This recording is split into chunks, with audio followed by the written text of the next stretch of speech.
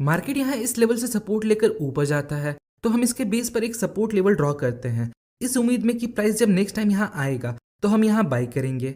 Price नीचे तो आता है पर हमारे सपोर्ट लेवल तक नहीं आता, उसके पहले ही रिवर्स हो जाता है। तो जो लोग इस सपोर्ट लेवल के बेस पर एंट्री लेने का सोच रहे थे उनसे ये मूव मिस हो जाता है। पर वहीं जिन लोगों को यहाँ प्राइस एक्शन के साथ स्मार्ट मनी के ऑर्डर ब्लॉक का भी नॉलेज था, वो यहाँ इस ऑर्डर ब्लॉक को आइडेंटिफाई कर ट्रेड में एंटर हो सकते थे। तो आइए जानते हैं क्या होता है ऑर्डर ब्लॉक और इसे कैसे यूज करते हैं।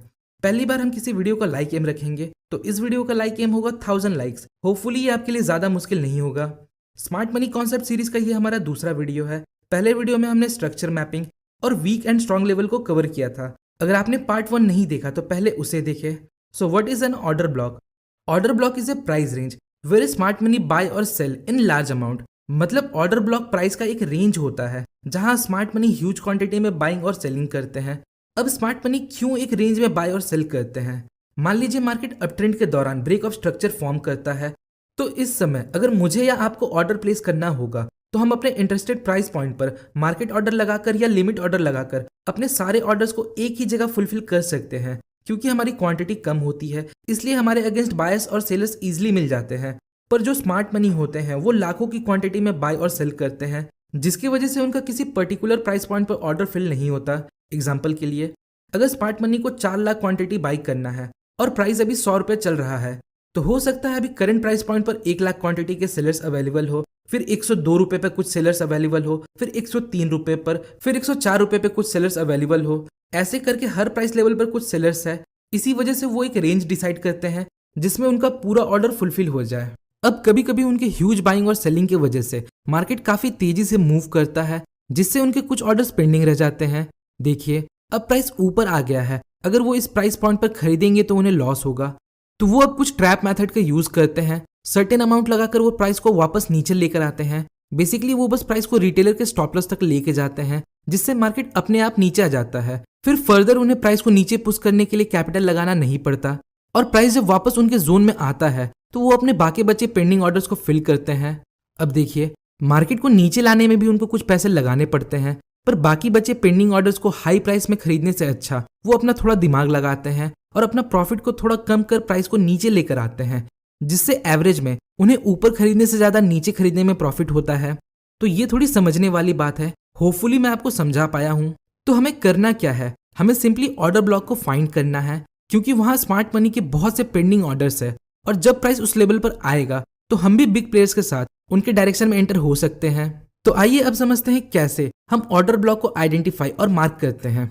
सो बेसिकली हम क्या करते हैं, जब भी मार्केट में एग्रेसिव बाइंग और सेलिंग दिखती है, एग्रेसिव बाइंग और सेलिंग का मतलब कुछ इस प्रकार के मोमेंटम कैंडल जहां प्राइस बहुत कम समय में तेजी से ऊपर या नीचे जाते हैं।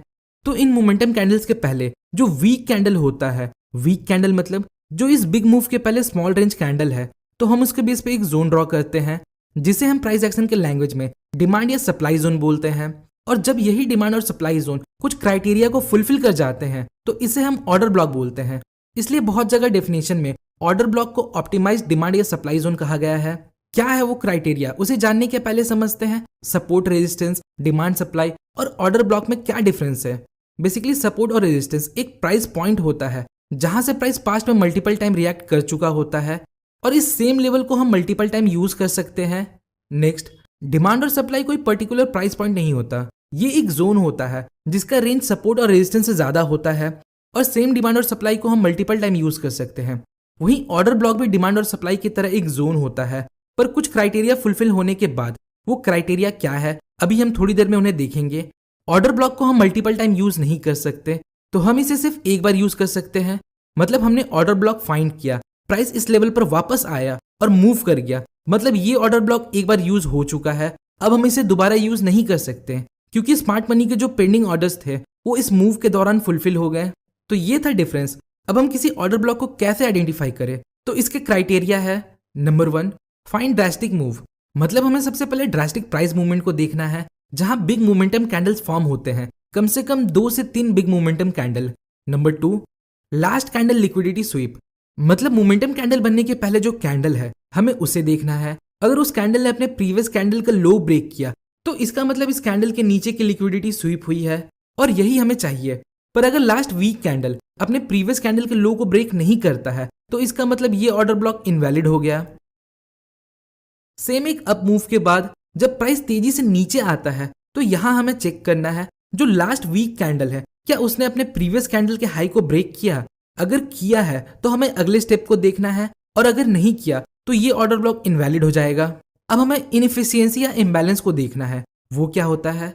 इस एग्जांपल में देखिए लास्ट वीक कैंडल ने अपने प्रीवियस कैंडल का लो ब्रेक किया और फिर प्राइस तेजी से ऊपर आ गया जिसकी वजह से लास्ट कैंडल के हाई और सेकंड मोमेंटम कैंडल के लो के बीच एक गैप बनता है। इसे हम प्राइस इम्बैलेंस या प्राइस इनएफिशिएंसी कहते हैं। हम इसे फेयर वैल्यू गैप भी बोलते हैं।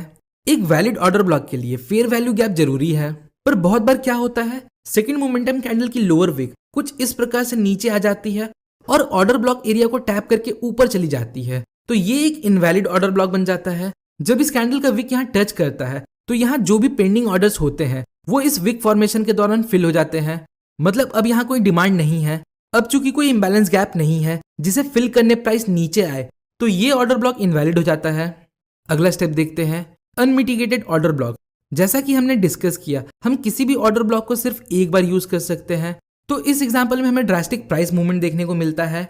नेक्स्ट इस कैंडल ने अपने प्रीवियस कैंडल के लिक्विडिटी को स्वीप किया। नेक्स्ट ऑर्डर ब्लॉक कैंडल और सेकंड मोमेंटम कैंडल के बीच हमें इम्बैलेंस देखने को मिलता है, तो इसका मतलब प्राइस फ्यूचर में यहाँ आ सकता है और यहाँ से रिवर्स हो सकता है। मतलब अभी तक ये अनमिटिगेटेड है, पर इस एग्जांपल में ये सेकंड मोमेंटम कैंडल का विक इस ऑर्डर ब्लॉक जोन को टैप करता है। इसका मतलब ये ऑर्डर ब्लॉक अब मिटिगेटेड हो गया है और हमें पता है हम किसी भी ऑर्डर ब्लॉक को सिर्फ एक बार यूज कर सकते हैं। अगला step find break of structure. अगर आपको ब्रेक ऑफ स्ट्रक्चर के बारे में नहीं पता तो आप पार्ट 1 को देखिए जिसमें हमने सीखा कैसे हम वैलिड ब्रेक ऑफ स्ट्रक्चर को आइडेंटिफाई कर सकते हैं। तो इन सब चीजों को देखने के बाद हमें देखना है क्या प्राइस ऊपर जाने के बाद कोई valid break of structure form करता है। सो हाँ, यहाँ हमें एक वैलिड ब्रेक ऑफ स्ट्रक्चर देखने को मिलता है। यहाँ प्राइस अपने ट्रेंडिंग मूव का 50 to 60% पुल बैक लेने के बाद इस हाई को ब्रेक करता है, मतलब यहाँ ब्रेक ऑफ स्ट्रक्चर क्रिएट हुआ है। नाउ अब फाइनल स्टेप को देखते हैं break of structure inducement. Inducement का मतलब होता है किसी लेवल के ब्रेकआउट का लालच दिखाकर रिटेल ट्रेडर्स को ट्रैप करना। अभी के लिए आप इसे फेक ब्रेकआउट समझिए, आने वाले वीडियो में हम इसे डिटेल में समझेंगे। सो यहाँ ब्रेक ऑफ स्ट्रक्चर के दौरान बहुत से रिटेल ट्रेडर्स यहाँ लॉन्ग ट्रेड में एंटर हुए होंगे, पर प्राइस ऊपर जाने की जगह नीचे आकर उनका स्टॉप लॉस हिट कर देता है और फिर प्राइस ऑर्डर ब्लॉक जोन में आने के बाद वापस ऊपर चला जाता है। सो आइए अब इस सारे प्रोसेस को और लॉजिक को एक चार्ट के हेल्प से समझते हैं। सो यहाँ मार्केट में ब्रेक ऑफ स्ट्रक्चर क्रिएट हो रहा है। नेक्स्ट इस मूव को देखिए ड्रास्टिक प्राइस मूवमेंट, जहां 3 मोमेंटम ग्रीन कैंडल्स है। नेक्स्ट अब हमें देखना है क्या मोमेंटम कैंडल के पहले जो वीक कैंडल है क्या उसने अपने प्रीवियस कैंडल के लो को ब्रेक किया। सो हाँ, यहाँ इसका लो ब्रेक हुआ है। नेक्स्ट अब हमें देखना है क्या यहाँ कोई इम्बैलेंस गैप है। तो हाँ, इन दोनों कैंडल के बीच ऑर्डर ब्लॉक कैंडल और सेकंड मोमेंटम कैंडल के बीच गैप है। नेक्स्ट प्राइस यहाँ इस हाई को ब्रेक करता है, मतलब यहाँ ब्रेक ऑफ स्ट्रक्चर क्रिएट करता है। तो अब हमें वेट करना है प्राइस का वापस इस लेवल में आने का। नेक्स्ट प्राइस यहाँ रिटेलर्स का स्टॉप लॉस हिट करता है जिन्होंने यहाँ कहीं ब्रेकआउट पर बाई किया था, और फिर प्राइस ऑर्डर ब्लॉक जोन तक आता है और फिर रिवर्स होकर तेजी से अपने अपट्रेंड को कंटिन्यू करता है। अगला एग्जांपल देखते हैं। यहाँ देखिए, यहाँ इस एग्जांपल में हमें इस मूव से पता चलता है कि स्मार्ट मनी यहाँ ट्रेड में एंटर हुए हैं। क्योंकि इतना बड़ा मूव हम जैसे रिटेल ट्रेडर नहीं ला सकते, तो हमने मोमेंटम कैंडल के पहले जो वीक कैंडल है हमने उसके बेस पर एक ऑर्डर ब्लॉक जोन ड्रॉ किया, क्योंकि यहाँ हमारे ऑर्डर ब्लॉक जोन के सारे क्राइटेरिया फुलफिल होते हैं। अब देखिए इस लेवल के ब्रेकआउट पर, मतलब ब्रेक ऑफ स्ट्रक्चर पर, बहुत से रिटेल ट्रेडर लॉन्ग ट्रेड में एंटर हुए होंगे। सो अगर स्मार्ट मनी का कुछ पेंडिंग ऑर्डर बचा होगा तो वो प्राइस को यहाँ से ऊपर जाने नहीं देंगे।